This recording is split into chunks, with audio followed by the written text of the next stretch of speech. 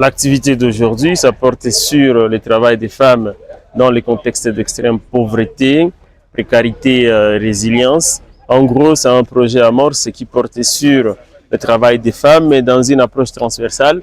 Nous allons analyser comment le droit protège ces femmes. Et ça, c'est l'aspect juridique. Quelles sont les lacunes du droit? Et l'autre question, c'est l'aspect médical. Le travail des femmes dans le contexte d'extrême pauvreté, c'est qui sont précisément visés.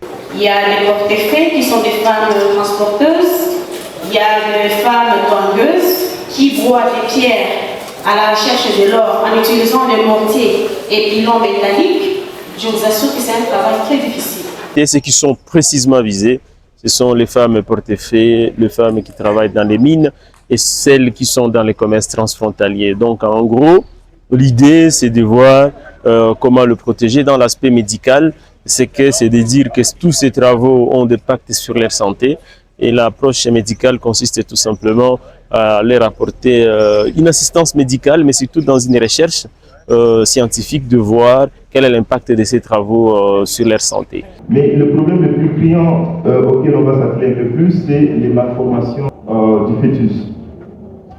Ces malformations constituent la principale cause de décès et d'invalidité des nouveau-nés et des enfants qui ont moins de 5 ans. Et on retrouve des choses qui sont, qui appartiennent à l'histoire de la médecine, mais on les vit chez nous, tout simplement parce qu'il n'y a pas de moyens de protection. Et l'aspect économique, on les appelle les poumons des foyers, des ménages.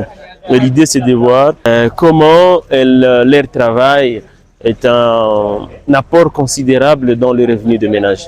Combien d'entre nous ont grandi et voyez papa quitter la maison le matin, mais maman restait pour prendre soin de nous. Moi-même, je lève aussi la main, donc c'est pas une question piège.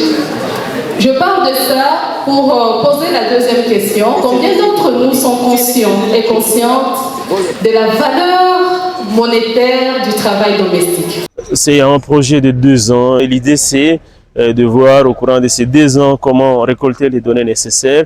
On s'attend à mener des lobbying pour pousser à l'adoption de lois qui protègent mieux ces femmes, à récolter des données médicales qui vont nous permettre de comprendre l'impact de ces travaux sur la santé des femmes, mais aussi à les sensibiliser en soutenant leurs activités, en les formant sur les métiers alternatifs. Parce qu'on sait très bien que le travail des femmes, c'est porte-fait, c'est beaucoup plus d'impact sur leur santé.